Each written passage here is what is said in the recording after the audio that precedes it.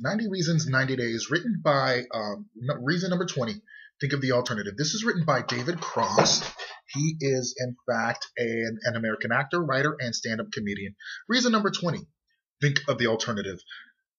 This is specifically meant for the voters who voted for Obama and are disappointed in him and subsequently on the fence about voting for him and resigned or maybe resigned to not voting for anyone at all. There are dozens, if not hundreds, of legitimate reasons why you should not vote for Obama. You were lied to, seduced by yet another smooth-talking politician who promised you hope and change, and let's be honest, short of electing a born-again monkey with Down syndrome, anyone who replaced Bush would be considered a change. And yes, after 3 years of Obama, we still live in a country with ever-peeling veneer of democracy that is run by and for the money power brokers and the vested interests. Thank you, Citizens United. A country whose cancer patients smoking medicinal marijuana in the privacy of their homes participate in a criminal offense but knowingly manipulating the markets and stealing from public pension funds goes not only unpunished but lucratively rewarded. And true, yes, we all still live in the most violent first world country on earth with an increasingly lax restrictions on the freedoms to buy assault weapons online, and we still spend more of our precious decreasing tax dollars on defense than the next 10 countries combined.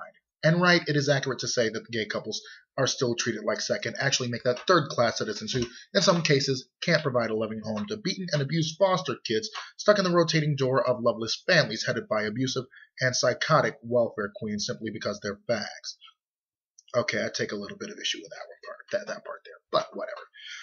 Unquestionably, the banks, insurance companies, brokerage houses, and really all financial institutions have gotten away virtually untouched with the biggest theft of the people's money since Rome was sacked by the Visigoths. Oh my goodness, I could keep going like this into the next morning. So let me tell you why you should hold your nose, take a deep breath, and swallow the bitter pill of voting for a rather ineffective disappointer in chief because of the alternative.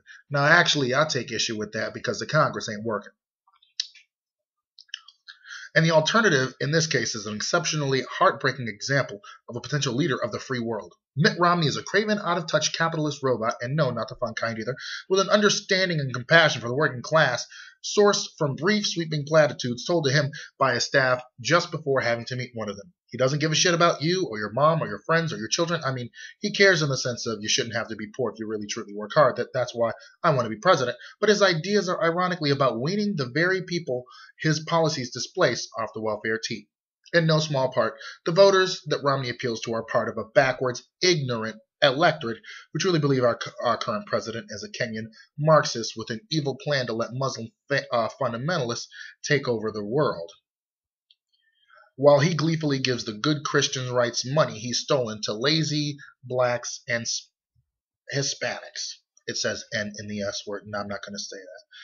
But then again, niggas and spics, that's what it says. I'm going to read that because that's what they really think. They desperately want fill in the blank in and Obama out. Many of these folks left to their own devices would make teaching certain parts of science that contradict the Bible illegal and punishable by jail time.